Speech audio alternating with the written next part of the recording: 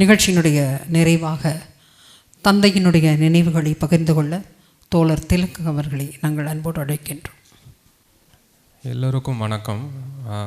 முதல்ல நன்றி சொல்லிக்கிறேன். இந்த விழாவை எந்த ஒரு இதுவும் இல்லாமல் ப்ராப்பராக அரேஞ்ச் பண்ணதுக்கு அது என் சார்பாலையும் ஃபேமிலி சார்பாலையும் நான் நன்றி சொல்லிக்கிறேன். அப்பா ஒரு ஆச்சரியம்தான் எப்போதுமே. அவர் பேர் மாதிரி தான். அது நாருமுநாதன்னா அது ஒருத்தர் தான். எனக்கு தெரிஞ்சு வேறு யாரும் நாருமுநாதன் எனக்கு தெரியல. வீடோட பேரும் நிறைய பேர் இல்லம்னு வைப்பாங்க, இல்லை பவனம்னு வைப்பாங்க. எனக்கு விவரம் தெரிஞ்சு எங்களோட வீடு பேரே நந்தலாலா தான். அப்போ நான் நந்தலாலான்னு என்னென்னு கேட்கும் போது சின்ன வயசுலேயே பாரதியார் பற்றி சொல்லியிருக்காங்க அப்பா. இப்போ வேணால் திலக்குங்கிற பேர் ரொம்ப காமனாக இருக்கலாம். அந்த டைமில் சாந்தினால நான் ஒருத்தன் தான் திலக்கு. அவர் ஒவ்வொரு விதத்துலேயுமே ரொம்ப பார்த்து பார்த்து தான் பண்ணுவாங்க. அந்த ஞாபகங்கள் மட்டும்தான் எனக்கு இருக்குது. நான் தான் வந்த உடனே யோசித்தது ஒரே ஒரு விஷயந்தான். ஒரு அறை, அப்பாவோட இத்தனை முகங்கள். அது வேறு மாதிரி இருக்குன்னு எதிர்பார்த்தேன், இந்த மாதிரி இருக்குன்னு எதிர்பார்க்கல. வேறு ஏதாவது ஒரு பாராட்டு விழா இருக்கும், அப்பாவுக்கு இந்த மாதிரி வச்சுருப்பாங்க அப்படின்னு தான் நான் எதிர்பார்த்தேன். 2-3 சின்ன விஷயத்த மட்டும்தான் சொல்லிக்கிறேன், ஏன்னா காலதாமதம் ஆயிடுச்சு. ஸோ அப்பா இறந்து 1 மாதம் ஆயிடுச்சு. இது நானும் எங்கள் அம்மாவும் பேசிகிட்டு இருந்தோம். ஒரு 2 வாரத்துக்கு முன்னாடியா இல்லை ஒரு 10 நாளைக்கு முன்னாடியான்னு தெரில. மார்ச் 14 வரைக்கும் எப்போவுமே நான் கனடாவில் இருந்தாலும் சரி அப்பா என் கனவில் இருப்பாங்க. எல்லா நாளுமே அப்பாவும் சரி அம்மாவும் சரி ஏதாச்சும் என்ன நினச்சிக்கிட்டு தானே இருப்போம் நம்ம அப்பா அம்மாவை பற்றி. நம்புவீங்களா நம்ப மாட்டிங்களான்னு தெரில, மார்ச் 16க்கு அப்புறம் அப்பா கனவுலே வரல. நான் எங்கேயாச்சும் ஆனால் ஒரு மாதிரி துக்கமாக இல்லை. அந்த கனவு எப்படி இருக்குன்னா, நானும் எங்கள் அம்மாவும் ஒரு வீட்டுக்கு போகிற மாதிரி, நானும் எங்கள் அம்மா வெளியில் போகிற மாதிரி. எனக்கு அதுவே வியர்டாக இருந்துச்சு. நான் அம்மாட்ட கேட்கும் போது எனக்கும் வரல அப்படின்னாங்க.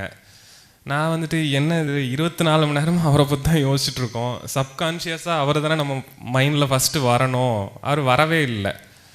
அதுக்கப்புறம் எங்கள் அம்மா என் துணைவியாரோட அம்மா கிட்டே பேசும்போது அவங்க சொல்லியிருக்காங்க, அவரோட ஆன்மா சாட்டிஸ்ஃபைட் ஆயிடுச்சு, அதனால உங்ககிட்டையும் அவர்கிட்டையும் வரல. என்னால் அதை ஏற்றுக்க முடியல. என்ன சாட்டிஸ்ஃபைடு?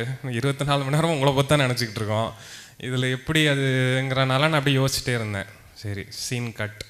அடுத்து ஒரு 4 நாள் கழித்து நான் இந்த நேரத்தில் நன்றி சொல்லணும்னு ஆசைப்பட்றேன். சேதுபாலா இங்கே வரல. ஸோ அவர் அப்பா பற்றின ஒரு குறிப்பகமாக நாருமுநாதரும் ஒரு நாரம்னு ஒரு புத்தகத்தை எழுதியிருந்தார். கரெக்டாக ஒரு 5-6 நாளைக்கு முன்னாடி எனக்கு அதோட வாட்ஸ்அப் இது வந்தோடனே எனக்கு அந்த புத்தகம் வேணும், நான் படிக்கணும் அப்படின்னு கேட்டேன். வீட்டுக்கு நான் அந்த புத்தகத்தை கொடுத்தாரு. அவரும் எனக்கு கொஞ்சம் அப்பாவை ரிமைண்ட் பண்ணார். சிரிச்சுக்கிட்டே தான் இருந்தார். எந்த இடத்துலையுமே டைம் போனதே தெரியல. எனக்கு அப்படியே ஒரு சின்ன வெர்ஷன் ஆஃப் நாருமுநாதனை பார்த்த மாதிரி தான் எனக்கு தோணுச்சு. கொடுத்தாரு புக்கு. அன்றைக்கி நைட்டு ரொம்ப டயர்டாக இருந்தோம், எங்கே வெளியில் போயிட்டு வந்தோம்னு நினைக்கிறேன். அம்மா பெட்ரூம் போய் படுக்க போயிட்டாங்க, நான் சரி போனேன். அன்றைக்கி நான் ரொம்ப நல்லா தூங்கிட்டேன். நான் எங்கள் அப்பா இறந்ததுக்கப்புறம் அன்றைக்கி தூங்கினேன். 2 ரீசன் இருக்குது. அந்த ரீசன் எங்கள் அம்மாட்ட கூட நான் சொன்னதில்லை. மொதல் ரீசன் என்னென்னா, அந்த புக்கு பற்றின ஒரு குறிப்புகள், அதில் அந்த நடை எல்லாமே பார்த்திங்கன்னா அது அப்படியே அப்பா புக்கு மாதிரியே இருந்துச்சு. எனக்கு ரொம்ப சின்ன புக்கு தான், ஒரு 20 பக்கம் தான் இருக்கும். 2வது காரணம் தான் முக்கியமானது. அவர் ஏன் கனவுல வரலைங்கிறது அப்போ தான் எனக்கு புரிஞ்சுக்கிட்டேன். ஒவ்வொரு புத்தகம் படிக்கும் போதும் ஒரு குரல் கேட்கும் உங்களுக்கு. என் புத்தகம் படிக்கும் போது எப்போவுமே என் குரல் தான் கேட்கும்.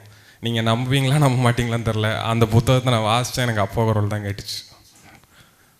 நான் குடுன்னு ஓடினேன் 10:30 மணிக்கு. சரி, ஒரு வேளை இது அவர் பற்றின புக்கு, அதனால தான் எனக்கு அவர் குரல் கேட்கும் போல இருக்குன்னு சொல்லிட்டு ஹாலில் இருக்கிற இன்னொரு புக் எடுத்து படித்தேன். அப்பா குரல் தான் கேட்டுச்சு. நான் நிம்மதியாக தூங்கினேன் அன்றைக்கி. எனக்கு சரி, இனிமேல் நான் எப்போ படித்தாலும் அப்பா என் கூட தான் இருக்க போகிறாங்க. நான் அவங்க சுகாமாமா சொன்ன மாதிரி அதுதான். நான் தடவைலாம் மேலே போனேன். அவர் அப்போ தான் அவார்டுக்கான ஒரு ரேக் மாதிரிலாம் போட்டு அப்பாவுக்கெல்லாம் இருந்தோம்னா நான் அதை பார்த்து நான் ரொம்ப வருத்தப்பட்டுட்டு இருந்தேன். என் ஒய்ஃப் ரொம்ப அழுதாங்க. என்னால் நான் வேலை பார்த்துட்ருப்பேன், இப்படி திரும்பி அந்த அப்பாவோட கலெக்ஷனே என்னால் பார்க்க முடியாது. ஆனால் இந்த விஷயம் நடந்ததுக்கப்புறம் நான் வேலை பார்த்துட்ருப்பேன். நைட்டு கனடா டைம் சப்போர்ட் பண்ணுறதுனால ஒரு 1-1.5 வரைக்கும் நான் வேலை பார்ப்பேன். அப்பா ஞாபகம் எப்போ வருதோ நான் திரும்பி பார்ப்பேன். அந்த நூலகத்தில் இருக்கிற ஒவ்வொரு நூலும் அப்பா என்கிட்ட பேசிக்கிட்டே தான் இருப்பாங்க. வேறு வேறு ரூபத்தில் வேறு வேறு இதில் என்கிட்ட பேசிக்கிட்டே தான் இருப்பாங்க. ஸோ அதனால் நானும் எங்கள் அம்மாவும் அதான் தீர்மானமாக முடிவு பண்ணியிருக்கோம். நான் நிறைய படிச்சுட்டு இருந்த ஒரு ஆள், அதுக்கப்புறம் விட்டுட்டேன். இனிமேல் அப்பா ஞாபகமாக அட்லீஸ்ட் 24 மணி நேரத்தில் அட்லீஸ்ட் ஒரு 2 மணி நேரமாச்சு புத்தகத்தை படிக்கணும். அது நான் கண்டிப்பாக பண்ணுவேன். ஏன்னா அது அப்படி பண்ணுற பட்சத்தில் ஏன்னா அவர் குரல் கேட்குது. ஸோ அந்த குரலை கேட்டுக்கிட்டாச்சு நான் இருக்கலாம். புத்தகத்தை படிக்கிறது 2வது விஷயந்தான். அது இந்த குரல் அது ஒரு அன்றைக்கி ரொம்ப சாட்டிஸ்ஃபைடாக இருந்துச்சு எனக்கு உண்மையிலே. சரி அவர் அது என்ன சொல்கிறது, சில பேர் டக்குன்னு இந்த இதுக்குள்ளே அப்பா நீங்கள் எல்லோரும் சொன்னதோட காமன் திங் அப்பாவோட வாசிப்பும் புத்தகம் தான். அவர் அங்கே தான் இருக்கிறாருன்னு நான் நினச்சிக்கிட்டேன். ஸோ அது எனக்கு ரொம்ப சந்தோஷமாக இருந்துச்சு. 2வது இன்சிடெண்ட்டு, நேற்று வந்துட்டு நான் வேற ஒரு ப்ராப்பர்ட்டி இங்கேன்னு ஒன்று வாங்கியிருந்தோம். ஸோ அது சம்மந்தமான கீழே தான் போன தடவைலாம் நாங்கள் வந்துட்டு கிரகப்பிரவேசம் முடிச்சுட்டு சாப்பாடெலாம் அரேஞ்ச் பண்ணுறதுக்கு நாங்கள் இதே இதில் கீழே தான் போய் உட்காந்து சாப்பிட்டுட்டு இருந்தோம். எனக்கு அந்த ஞாபகம்லாம் வர ஆரம்பிச்சிது. சரின்னொன்னே அந்த வீடை வந்து அப்பா தான் பார்த்து பண்ணிகிட்டு இருந்தாங்க. எனக்கு இப்போல்லாம் யோசித்து பார்க்கும்போது அந்த வீடு படத்தில் வர்ற தாத்தா மாதிரி தான் எங்கள் அப்பா இருந்தாங்க. அதில் அந்த வீடை ஒவ்வொரு தடவையும் போய் தொட்டு பார்த்து, அது பையன் ஃபஸ்ட் டைம் வீடு வாங்குகிறான், அதை நம்ம பார்த்து பண்ணணும் அப்படின்ட்டு இருந்தாங்க. எப்படி நந்தலாலா ஒரு வித்தியாசமான பேராக அமைஞ்சதோ, நான் அந்த வீட்டுக்கு ஒரு வித்தியாசமான பேராக அப்பாவுக்கு சர்ப்ரைஸ் கொடுக்கணுங்கிறதுனால நான் வீடு பேர் சொல்லலை. நான் ஒரு பிளேட்டு மாதிரி ஆர்டர் பண்ணி நாங்கள் அனுப்பிச்சிட்டோம். அந்த வீடு பேர் வந்து நான் ரொம்ப நாள் யோசித்து நான் வச்சேன், மகிழ்வகம் அப்படின்னு. அது அவங்களுக்கு ரொம்ப சந்தோஷமான ஒரு பேராக இருந்துச்சு, மகிழ்வகம். அது ஒரு இன்ப இல்லம்னு வைக்காமல் ஒரு நல்ல பேராக வைக்கலாம் அப்படின்னு சொல்லிட்டு. அந்த வீடு பற்றின மெமரிஸ் எல்லாமே அப்பாவோட மெமரிஸ் தான். நான் நேற்று தான் அந்த அப்பாவெல்லாம் இறந்ததுக்கப்புறம் அப்பா இல்லாமல் அந்த வீட்டுக்கு நான் தடவை போகிறேன். கீழே அந்த செக்யூரிட்டி அவர் வந்துட்டு அவர் ஒன்றும் பெருசாக படிக்கிறலாம் தெரிஞ்சவர் இல்லை. ஆனால் அந்த வீடு கட்டின ஆரம்பித்ததுல இருந்துக்கிட்டே அவருக்கு நல்லாவே தெரியும். ஸோ அதனால் நான் வந்தேன். நான் அப்படியே எமோஷ்னலாக சரி அப்பா போன இடத்துக்கு நம்ம தடவை போகும்போது கண்டிப்பாக கஷ்டம் இருக்கிறதுனால நான் அப்படியே கொஞ்சம் சரி எமோஷ்னலாக எதுவும் ஆயிடக்கூடாது அப்படின்னு சொல்லிட்டு இருந்தேன். நீங்கள் எப்படி இருக்கீங்க, அம்மா எப்படி இருக்காங்க அப்படின்னு கேட்டாங்க. அதுக்கப்புறம் மேலே போய் டெனண்டெல்லாம் ஊற்றி பார்த்துட்டு கீழே வந்துட்டு நான் ஹெல்மெட்டை போடுறேன். அடுத்தவர் பேசிகிட்டு இருந்தார், நீங்கள் எப்போ கிளம்புறீங்க அப்படின்னோடனே நான் வண்டியை ஸ்டார்ட் பண்ணிட்டேன். சரி கிளம்பிடலாம் தம்பி அப்படின்னாரு. நான் திரும்பி பார்த்தேன், ரொம்ப நல்ல மனுஷன்ப்பா அவங்க அப்பா அப்படின்னாரு. எனக்கு அப்போ நான் உடஞ்சிட்டேன். சரின்ட்டு வண்டியை தள்ளிட்டு போயிட்டு கொஞ்சம் நேரம் கண்ணை கசக்கிட்டு சரி அது என்னென்னா அது இது வந்து ஒரு நல்ல விஷயமாக தான் நான் பார்த்துக்கிறேன். நான் நைட்டு தூங்கும் போது அதான் யோசித்தேன், அது எத்தனை பேருக்கு அது அமையும், எத்தனை பசங்களுக்கு அந்த கொடுப்பன அமையும். எங்கே போனாலுமே உங்கள் அப்பாவை பற்றின ஒரு பாசிட்டிவ் விஷயம், நல்ல எழுத்தாளர், நல்ல மனிதர், நல்ல சிந்தனையாளர், எல்லாத்துக்கும் உதவுறவர், அவர் இந்த எல்லா பேரையும் தான் எனக்கும் எங்கள் அம்மாவுக்கும் கொடுத்துட்டு போயிருக்காங்க. அந்த பேர் தான் எங்களோட இப்போதைக்கான அந்த ஒரு டெம்பரரி வலிக்கான ஒரு மருந்தாக இருக்க போகுது. அது கண்டிப்பாக நிரந்தர வழி இல்லை. ஏன்னா அப்போ எங்களோட தான் இருக்க போகிறாங்க, உங்கள் எல்லாரோடையும் தான் இருக்க போகிறாங்க. ஸோ அதனால் அது மட்டும் நான் சொல்லிக்கிறேன். வந்தது எல்லாருக்கும் ரொம்ப ரொம்ப ரொம்ப நன்றி. நான் குறும்படம் எடுத்ததுக்கு ரொம்ப நன்றி. அன்றைக்கி நான் ரொம்ப அப்செட்டாக இருந்தேன். அவங்க ஏதாச்சும் அழுகிறதெல்லாம் எடுக்கும் போது வேண்டாம் நீங்கள் கொஞ்சம் தள்ளுங்கன்னு. பட் இப்போ நீங்கள் முழுவதும் அதை எடிட் பண்ணி பார்க்கும் போது அது இந்த ட்ரோன் வியூலாம் பார்க்கும் போது அப்பாவுக்கு இவ்வளோ கூட்டம் வந்திருக்காங்களாங்களான்னு எனக்கு தெரியல. ஸோ ரொம்ப நல்லா இருந்துச்சு. ஆர்கனைஸ் பண்ண மணியண்ணன் மாமா இல்லை எல்லா ஹெல்ப்புக்கும் நான் சொல்கிறேன். அது ஃபேமிலி சார்பாக அவங்க எல்லாத்துக்குமே ரொம்ப ரொம்ப ரொம்ப தேங்க்ஸ். ஸோ எல்லோரும் வந்திருக்கீங்க. ஸோ விருந்தோம் போல் எனக்கு அப்பா சொல்லிக் கொடுத்த ஒரு விஷயந்தான். ஸோ மேலே சாப்பாடு அரேஞ்ச் பண்ணியிருக்கோம், தயவு செஞ்சு எல்லோரும் சாப்பிட்டு போங்க. ரொம்ப நன்றி. நன்றி திலக்.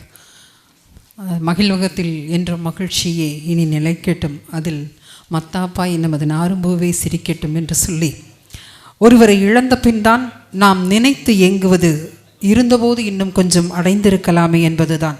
தவறவிட்ட சந்தர்ப்பங்களை ஞாபகங்கள் துரத்தி கொண்டுதான் இருக்கிறது. இருந்தாலும் பிரிய மனமில்லாமல் உங்களிடமிருந்து விடைபெறுகிறோம். கம்யூனிஸ்டுகள் புதைக்கப்படுவதில்லை, விதைக்கப்படுகிறார்கள் என்று சொல்லி உங்களிடமிருந்து ஒற்றை சொல்லோடு பிரிந்து போகிறேன். நன்றி, வணக்கம்.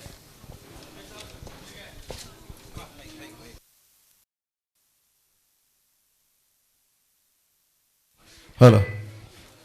தோழர் நாரும்புநாதன் அவர்கள் பார்வதி முத்தமிழ் அவர்களுக்கு தொடர்ந்து தனது இலக்கிய நிகழ்ச்சிகளிலே நிகழ்ச்சி தொகுப்பாளராக பணியாற்ற வாய்ப்பு தந்தவர்.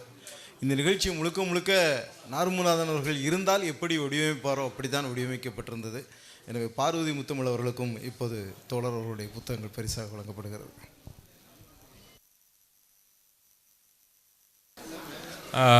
எல்லாருக்கும் ஒரே ஒரு விஷயம், நான் ஒரு விஷயத்த சொல்ல மறந்துட்டேன். இது சொல்ல வேண்டான் இருந்தேன், பட் ஒரு சின்ன விஷயந்தான், பெரிய விஷயம்லாம் ஒன்றும் இல்லை. நான் எங்கள் அப்பா ரொம்ப ஸ்ட்ராங்கான ஒரு கான்ஃபிடென்ட்டான ஒரு பர்சன். ஒரு பதிவுனாலலாம் அவரை வீழ்த்திட்டுலாம் முடியாது. ஸோ அதனால் தயவு செஞ்சு அந்த ஒரு இது அதெல்லாம் வேண்டாம். அவருக்கு எதிரியே கிடையாது.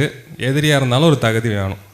ஸோ அதனால் அதெல்லாம் அது நான் ஏற்றுக்க மாட்டேன். அவருக்கு உடம்பு சரியில்லை. நானும் அம்மாவும் அடிக்கடி வருத்தப்படுறது என்னென்னா, அந்த ஒரு பைபாஸ் ஒரு 60 இயர்ஸில் வந்திருந்தா ஒரு 75 இயர்ஸ் வரைக்கும் அப்பா என் கூட இருந்திருக்கலாம். ஆனால் ஒரு 46 வயசுலேயே வந்துருச்சு. நம்ம மறுபடியும் போய் கொஸ்டின் பண்ணணுன்னு அவசியம் இல்லை. அதனால் அந்த பதிவுனாலெல்லாம் என் மைண்டில் என்றைக்குமே அது வந்ததே கிடையாது. எங்கள் அப்பா அவ்வளோ ஈஸியான ஒரு ஆளே கிடையாது. அவரெல்லாம் நீங்கள் அவ்வளோ ஈஸியாக டெமாலிஷு அதை இதெல்லாம் பண்ணவே முடியாது. அதனால் அப்படி ஒரு தாட் இருந்துச்சுன்னா